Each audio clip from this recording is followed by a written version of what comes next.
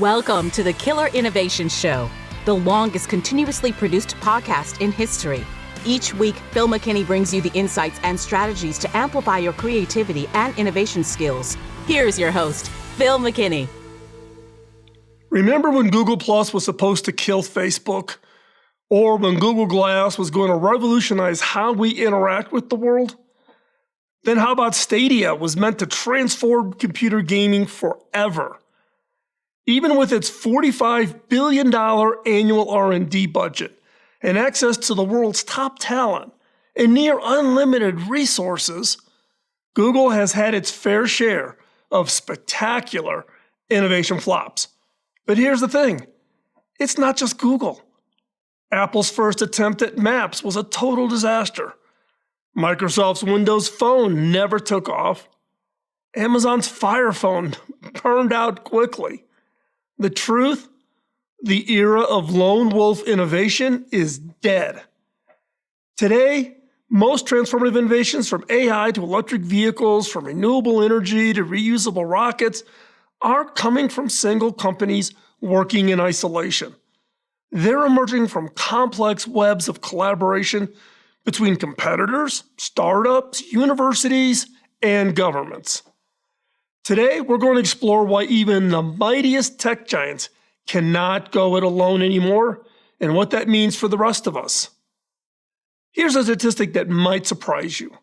In 1985, the average successful innovation required input from 2 to 3 organizations.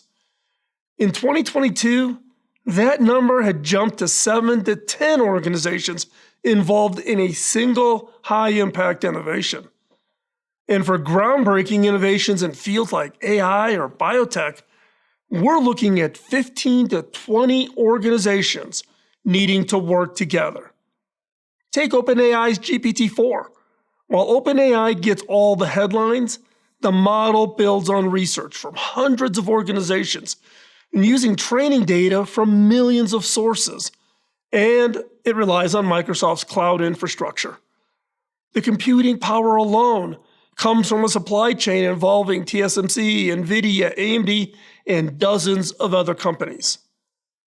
Now, why can't giants go it alone? Well, number one is the complexity explosion. Modern innovations aren't just complicated, they're complex. Now, is there a difference? Yes. Complicated systems like a mechanical watch can be understood by breaking apart all of its individual pieces and see how they interact and work. And you can replace any one of those pieces. Complex systems, like an AI model or self-driving cars, emerge from countless independent components that cannot be fully separated, and in some cases, cannot be fully understood. Consider Tesla.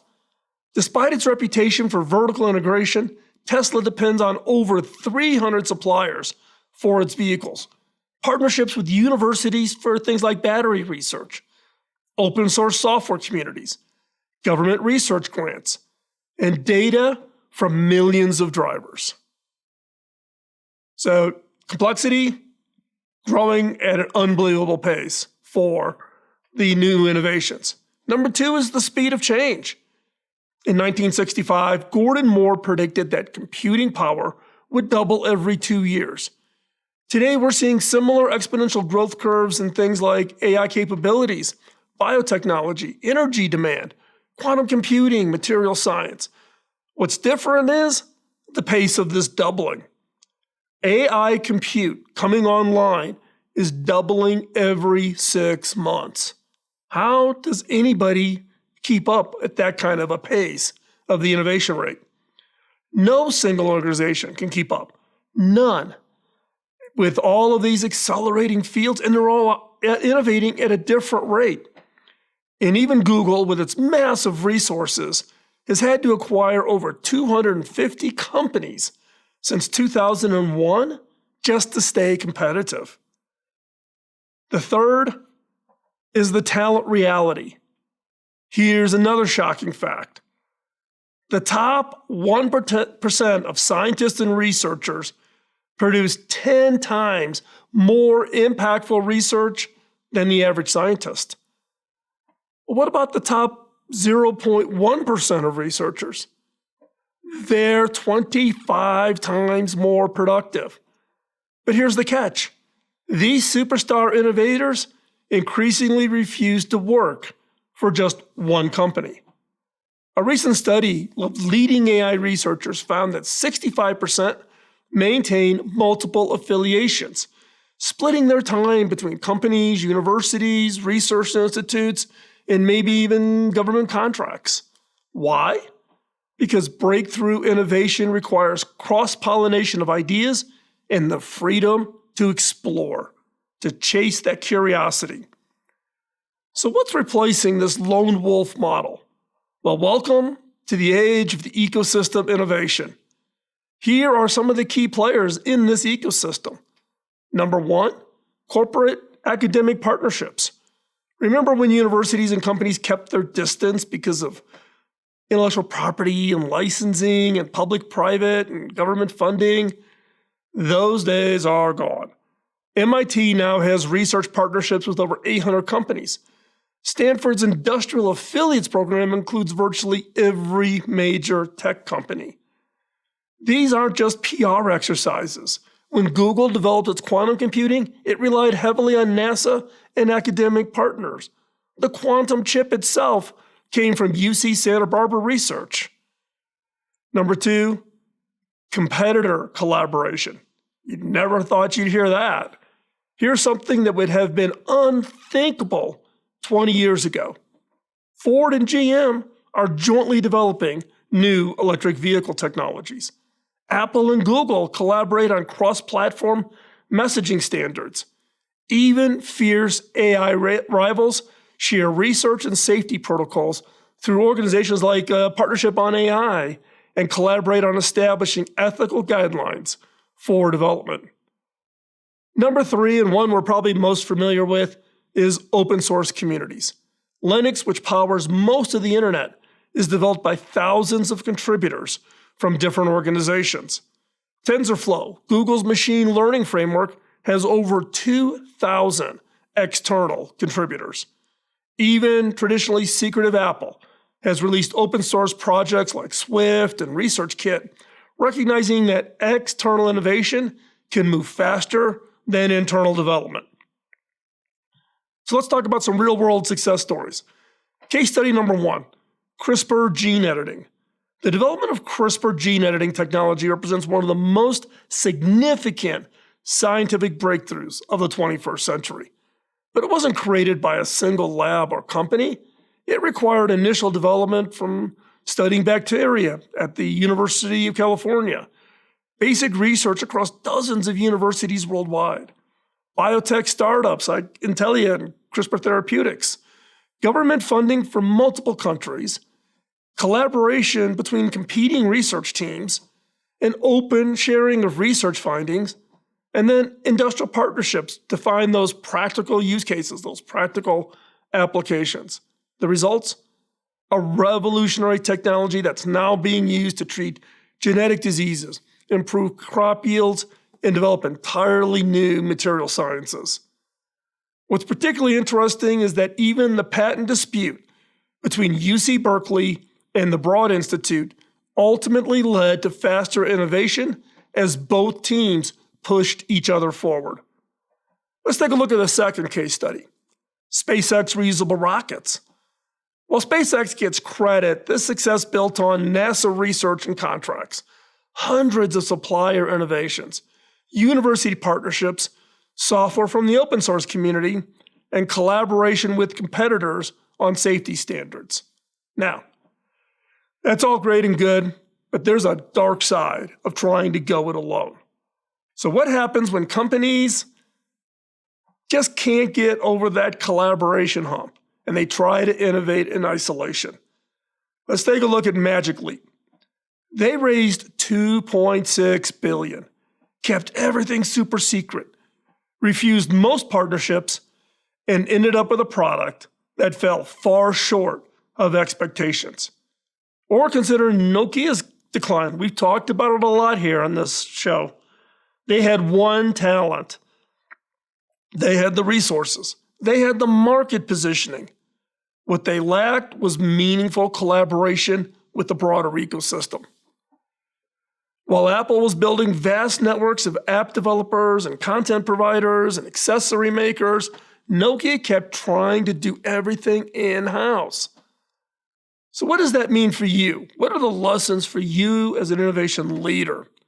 Here are some concrete steps I would recommend for you to thrive in this new ecosystem of innovation. One is rethink your innovation strategy. Audit your innovation network. Start by creating a comprehensive map of every organization that contributes to your innovation efforts, from suppliers and research partners to customers providing feedback.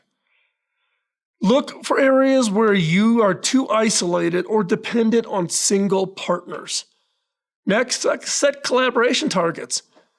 Research shows companies with 30 to 40% external collaboration in their innovation portfolio consistently outperform their peers.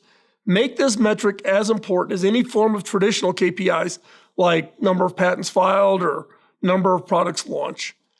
Create an interface role. Designate specific people whose primary job is to manage external innovation relationships. These ecosystem architects should have both technical knowledge and strong relationship building skills.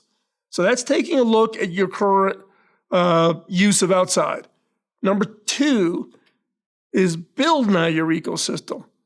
Join industry consortiums and standard bodies. These organizations aren't just about setting technical standards. They're early warning systems for industry trends and invaluable networking and potentially future partnering platforms. Being active in these groups gives you a voice in shaping your industry's future. Partner with universities. Modern academic partnerships go far beyond just traditional recruiting relationships. Set up joint research labs, sponsor R&D projects, create exchange programs where your engineers can spend time in academic labs and vice versa. Engage with open source communities. The world's best developers often contribute to open source projects in their spare time. By engaging with these communities, you get access to cutting edge thinking and can influence the direction of crucial technologies. You can also consider corporate venture capital. Beyond financial returns, strategic investment in startups gives you a window into emerging technologies and business models. It's like having dozens of R&D labs exploring different possibilities for a fraction of the cost. Create innovation challenges, do hackathons. These events just aren't PR exercise. They're efficient ways to test ideas and identify potential partners. A well-designed challenge can generate more innovative solutions in 48 hours than months of internal development. 3, and this is going to be the hard one, change your culture. Reward external collaborations as much as internal innovation development. Create specific KPIs and recognition programs for teams that successfully leverage external partnerships. This might mean celebrating successful integration of a partner's technology as much as some form of an internal breakthrough that was developed.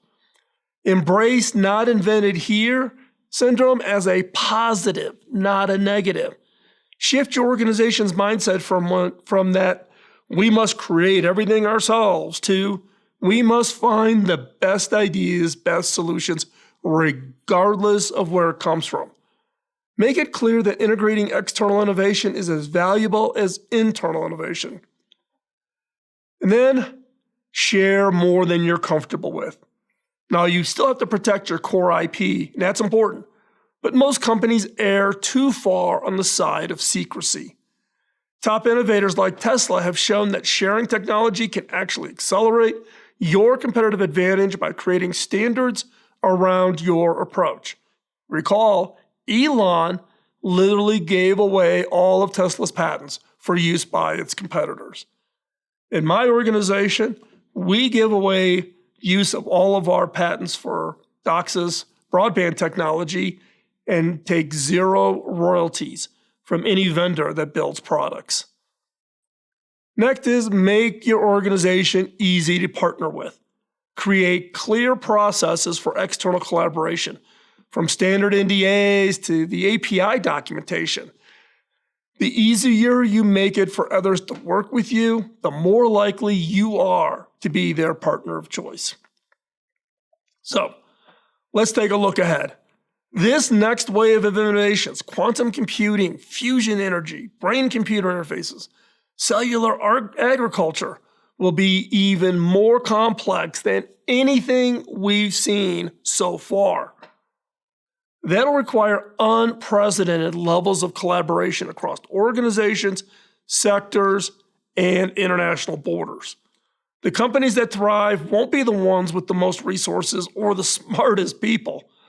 They will be the ones that best orchestrate these ecosystems to work together to innovate.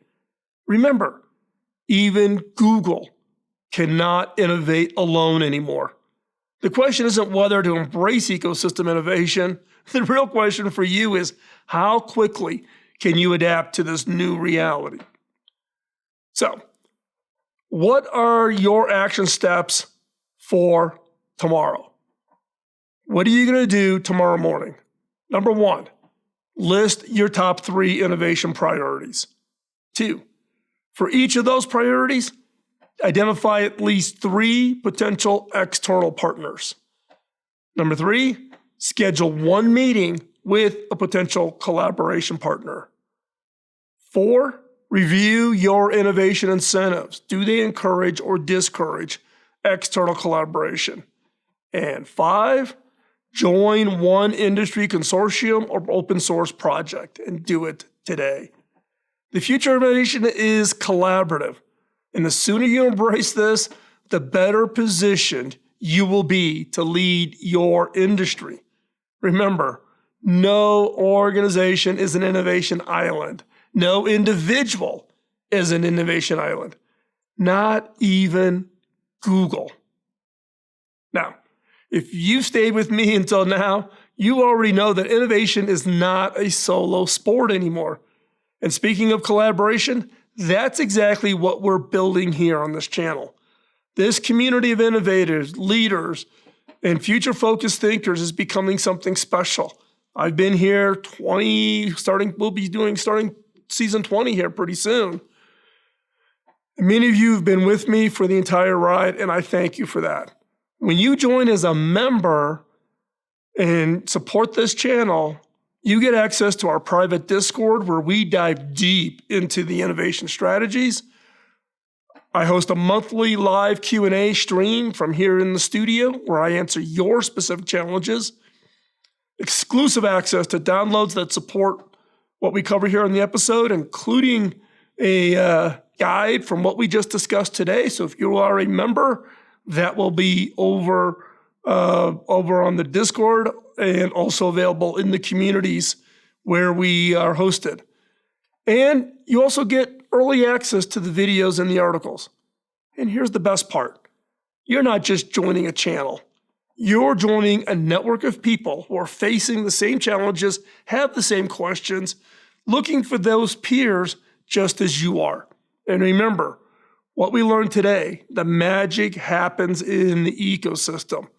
Hit that join button here in the YouTube channel or check out our Patreon link below and join us. For less than a coffee a day, you're going to get access to a network that could transform your innovation game. And speaking of collaboration, here's what I want you to know from you. What's the biggest roadblock you are facing right now in partnering with other organizations? I want you to post that in the comments below. Let us know, and let's start a conversation in the comments. And with that, thank you, and we'll see you next week. Bye-bye. Podcasting nonstop since 2005, this has been the Killer Innovation Show on the Innovators Network.